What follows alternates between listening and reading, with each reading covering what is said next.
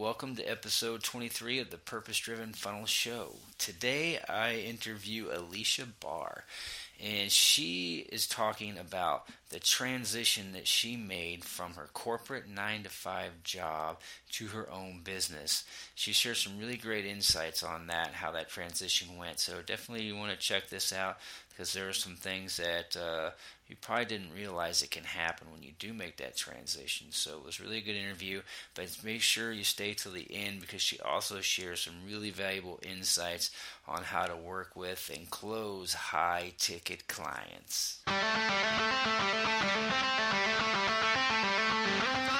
I'm embarking on a journey to grow a successful online business so I can break free from my 9-to-5.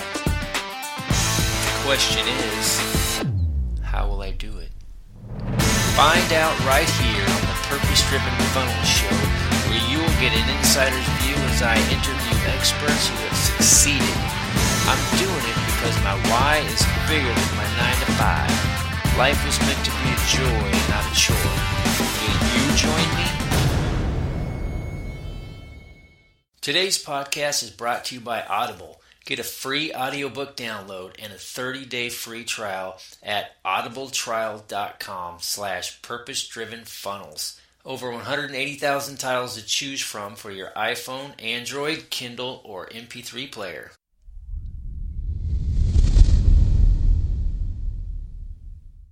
Well, today I'm talking with Aleasha Bahr, who is a high-ticket sales closing coach. And what she does is teach businesses how to close 90% of their high-ticket leads. I'm really excited to have Aleasha on the show today to share her experience from working in corporate America to going out on her own business. So welcome to the show, Aleasha. Hey, Sean. Thank you so much for having me. Yeah, it's a pleasure. I'm really excited to kind of find out and dive into a little bit more about your story. So can you just kind of share with us, where you started from before you had your own business and how that kind of transition happened? Sure. So, I was always in digital marketing. At first, I was in-house at a company that had a network of websites all about Mexico, and it was just a tiny, tiny company. And then I went on to sell some radio, but I was supposed to sell digital marketing for them, and they don't have very good capabilities. So I went on to work at newspaper, which has amazing online capabilities since everybody reads the news online. And we were tasked with converting the big print accounts to investing in digital campaigns as well, and then also new business. So the thing about media, which is kind of like everything in the world, it's owned by 4 or 5 main companies, and that was the case with where I worked. It was owned by Cox Media. It was huge company. Sure. And so very, very corporate, and there was a ton of great things about corporate, like getting my expenses paid back and stuff like that for sales. And, perks or whatever, but overall, healthcare is cool too. Yeah. But overall, it was really hard for me, to have a lot of people, it's rare for people to actually care about doing a good job in corporate America. Just nobody really cares. There's a lot of people, incompetent people in positions of authority, which is super frustrating. And the whole PTO thing was just really annoying. In America, it's ridiculous. You only get 2 weeks if you're lucky, and that includes sick days. So yeah, really tired of that. And then they just, to the point of no one really caring about doing a good job, it got kind of embarrassing at a point to have to apologize to clients for not fulfilling on things so much. Mm. So I wanted to open my own digital marketing agency and fulfill on promises to clients. Okay. So was that kind of the main motivation? The lack of caring, I'll say, from the people that you worked with for the clients. So you wanted to be able to serve people in a much higher way without that interference? Yeah, I would say that was the main driver, and everything kind of like lends itself to that point though, because the incompetent people in positions of authority made it so that it wasn't easy for me to do that because politics were like playing into things all the time, and office politics don't logically make sense. So, I had a lot of people like in corporate interfering with my job in a way that made it so that I didn't meet my budget or get paid. And it's like, okay, well, F this. And like also embarrassed at a point in front of the clients. And like, it's so much nicer to work with people that care about doing a good job. It's just a lot more enjoyable. Yeah, absolutely. So what was it was there a specific time or a specific something that happened that you just decided, you know what, I can do this on my own? Like, was there a particular trigger, or was that something that just kind of transpired over time? So I always did stuff on the side. So I will say that since I did in-house marketing at that one place, to begin with, I would do some businesses' social media on the side while I was selling digital marketing at the big company. And I also worked for a brief stint at a company doing SEO. So after that, I also did SEO campaigns or SEO projects on the side too. So it was like very clear that it would be pretty easy to do that full time. Okay. So you basically took the job you were doing in corporate America and made it into your own business.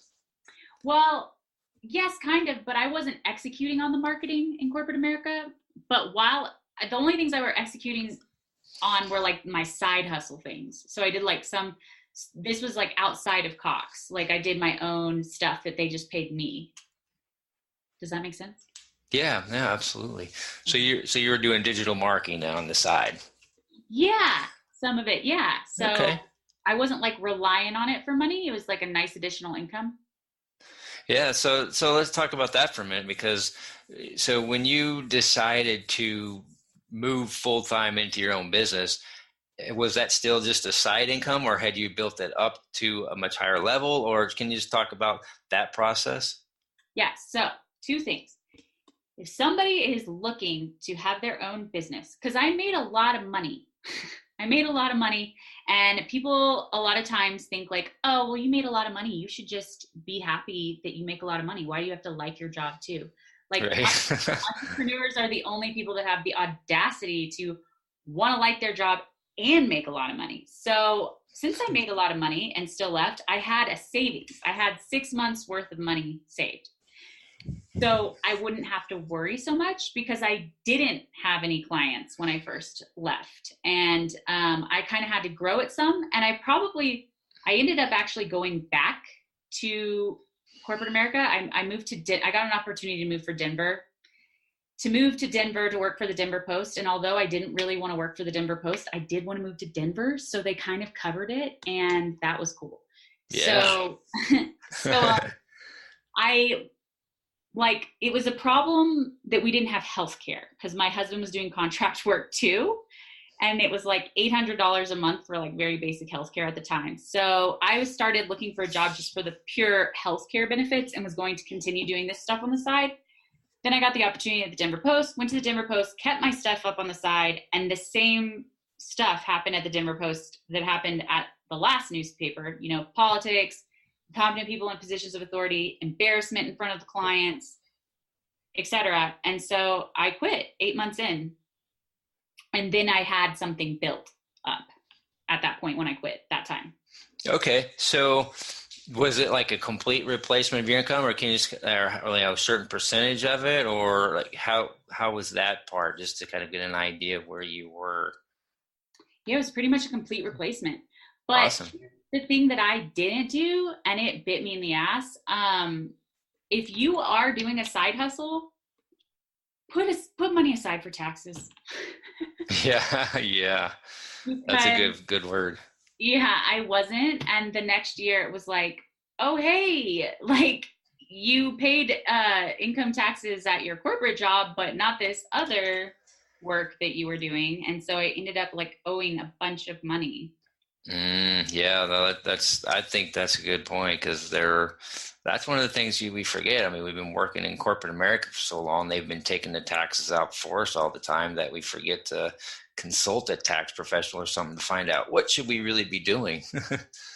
Well, and my solution to that finally is I went with ADP. It's like $60 a month, and I run my payroll through them, which I'm Hmm. the person on my payroll.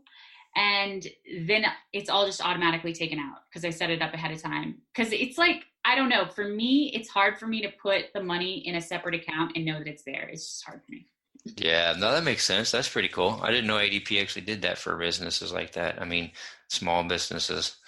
So I Yeah. mean, I've worked with them in my corporate job. So Yeah. that's good advice. I appreciate that. And they have all your tax documents. Like you don't have to fill anything out. They've been keeping track of it the whole time. Oh, so it's just like you're at your corporate American job where you just download your, whatever 1099s or whatever the forms are that they've got and give them to your tax person.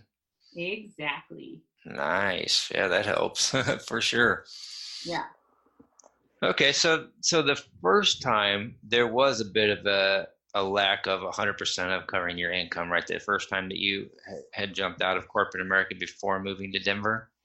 Right. But I had savings. Right. So is the 6 months, is that what you would recommend? I mean, looking back, do you think it was enough? Was it too much or was it about right? I don't think there's anything wrong with having too much, but yeah, that's the recommended amount to have. Hmm. So when you started building up your business, like how long did it take to kind of get to the point where you were 100% covered on your corporate income? Well, since so I was still doing stuff on the side when I worked at the Denver Post, and it had gotten to the point where it replaced my income. So within the first year. Okay, awesome.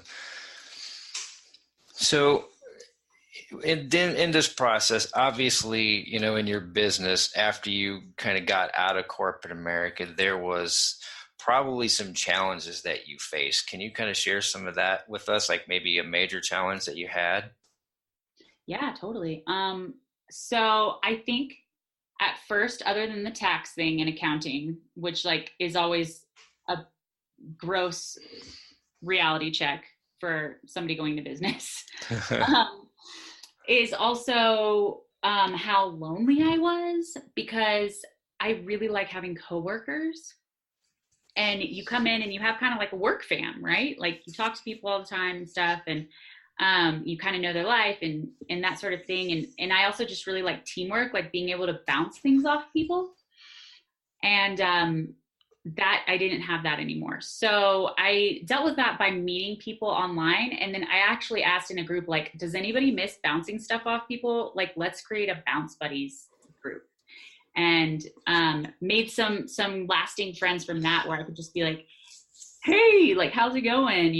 And I'd say like for the first year it was hard. And now I really could never go back ever. Yeah, no, that's good. That's an interesting point because for me personally, that's not a part that I struggle with as far as a relationship at work because I never really was that kind of person. Um, but there are a lot of people that will miss that. That is a good point. That it's entrepreneurship can be a lonely thing, and if you want to have those connections, that you have to find another way to do it. It sounds like. Yeah, you got to make them online. Yeah, yeah, absolutely. So you kind of got into like I don't know what they call it, mastermind group necessarily, but some kind of little group you guys got together once in a while and just kind of chatted together. Yeah, it was like, hey, is anybody else dealing with this transition by like missing somebody to just run stuff by? And some people were like, yeah. And I was like, Yeah. cool, those are the people I need to be hanging out with online. No So doubt. yeah, we were able to, like-minded and take care of it. And I think another thing that's really important, and I'm sure people have said this before, it's a common one, but it is so true, is you should really have a separate space for your work, so that you can leave it in a room of your house. or else you'll feel like you're at work all the time.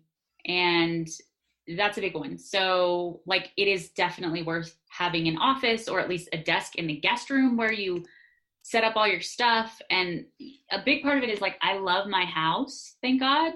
I think basically your environment, like you should have a lot of natural light. Like if I was in like a tiny dark apartment, it would be really hard for me.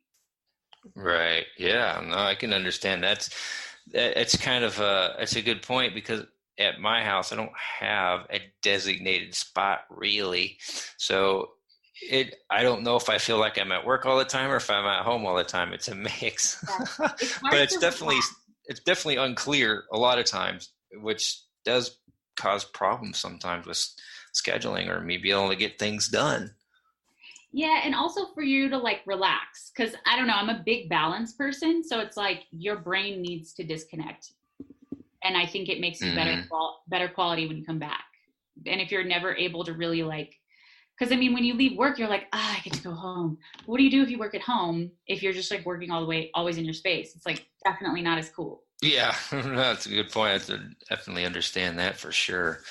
Yeah, I think there's a lot of things. I mean, I've just recently kind of been forcefully launched into my own business full time, trying to make it work because, my job was recently eliminated. So I've just started to feel some of those things that you're talking about. And it's definitely a struggle. It's like, there are certain things that I think when you're in your corporate America job before you exit, there are a lot of things you just kind of don't know until you experience them. So I definitely appreciate you sharing those with everybody. Is there something else like that you noticed that was like a major difference between working in corporate America and working at home that you maybe struggled with at first?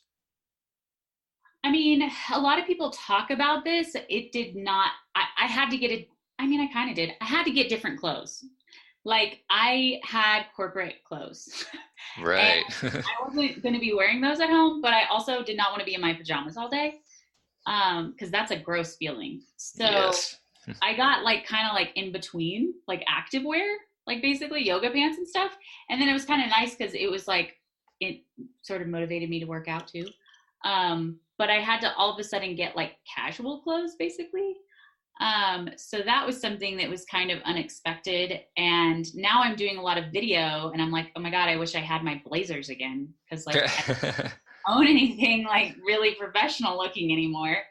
Um, and another thing that people really struggle with is like they get distracted. They're like, oh, I have laundry. Oh, I have dishes. I have this. I have that. I don't really have that problem. But especially because like honestly, if I was going to do laundry, it would take like 10 minutes. Like I don't know how that like derails people for the entire day. But a lot of people do talk about that. One thing I will say that if your business is going to be all on you. Like you are the only one that cares. And if you don't do something, you're not going to make money. And that can be really stressful for some people.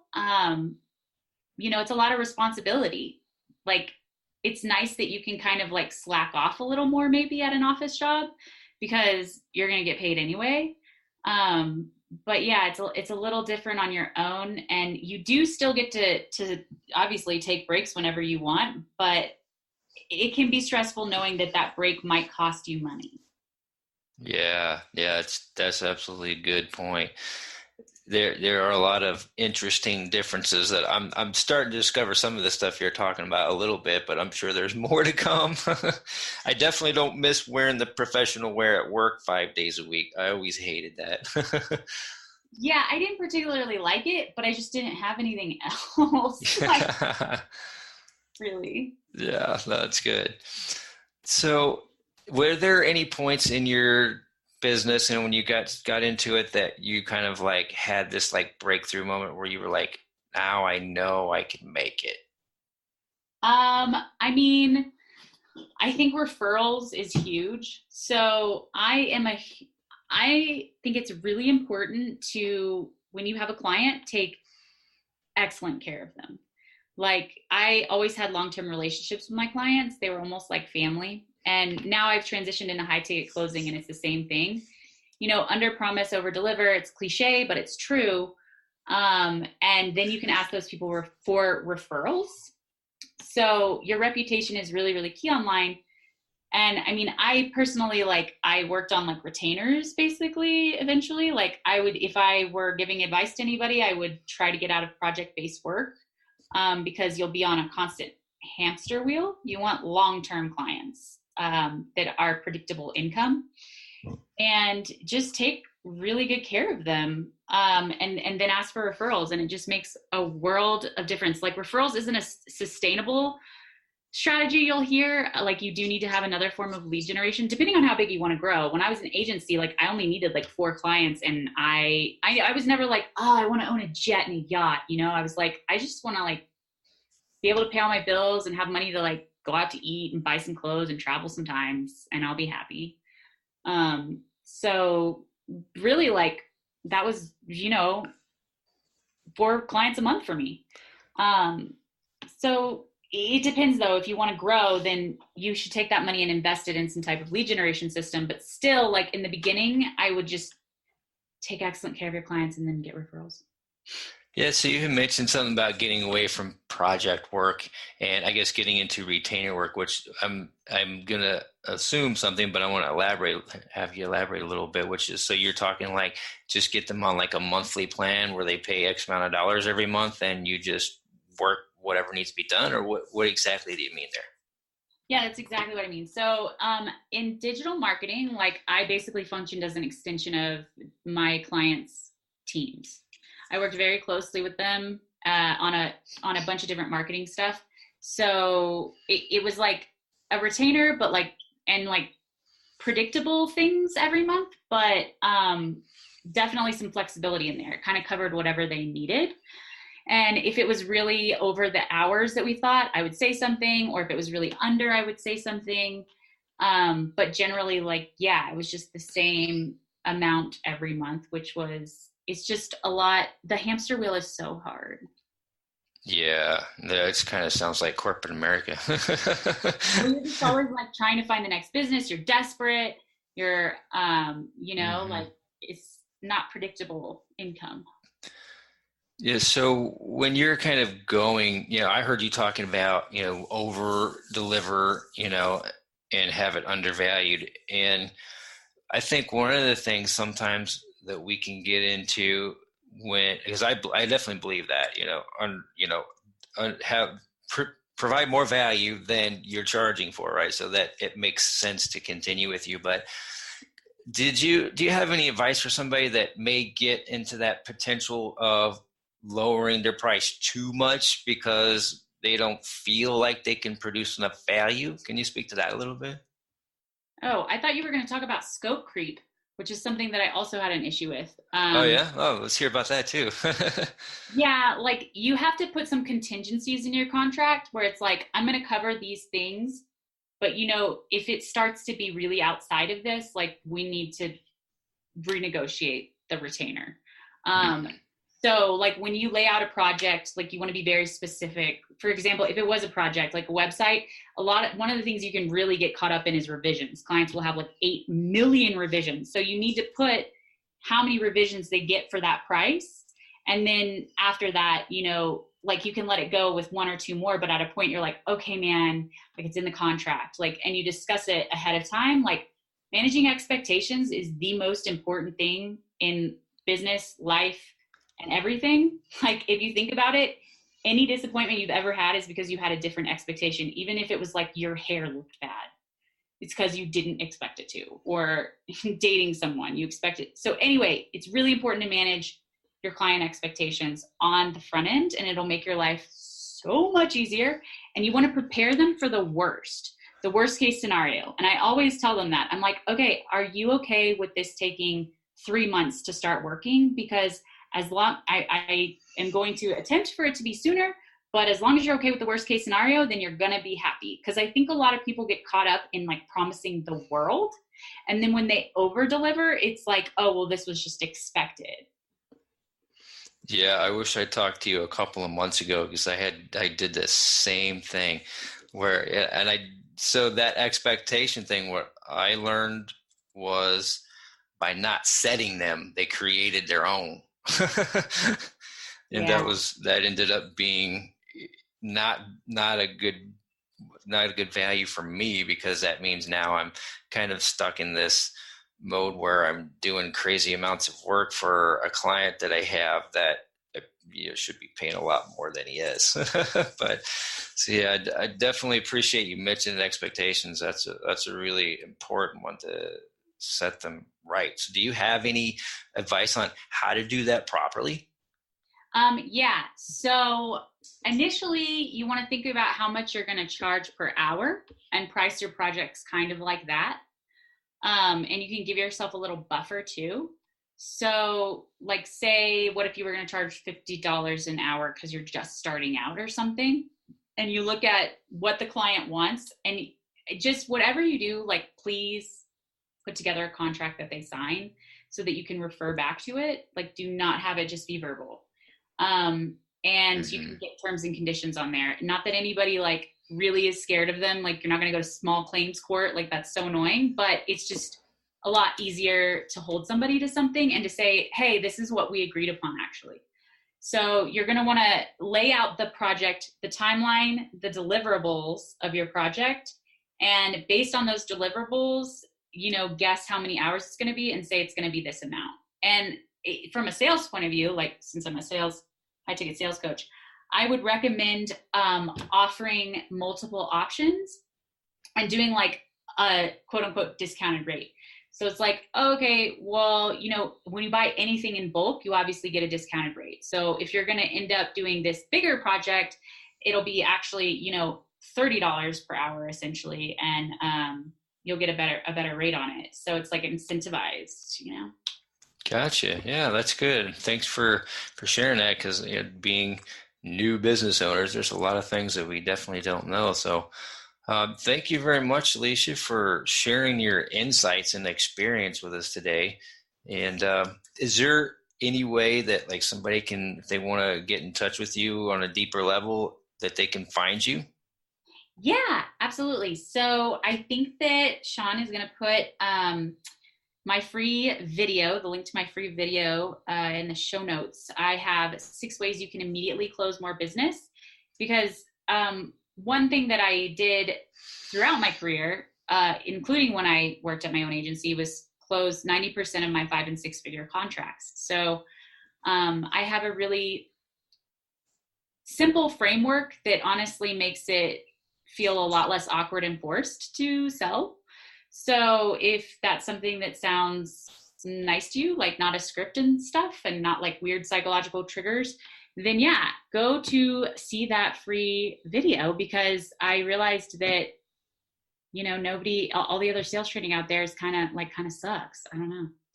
Yeah, good. No, thank you. I'm definitely encourage everybody to check that out. In fact, when we get off here, I'm going to go and do that right after we get off. That sounds amazing. So I definitely encourage everybody to go watch that video, because if you can't close business, you can't make money. So thanks again, Aleasha. I really appreciate your time with us today. Thank you so much for having me, Sean.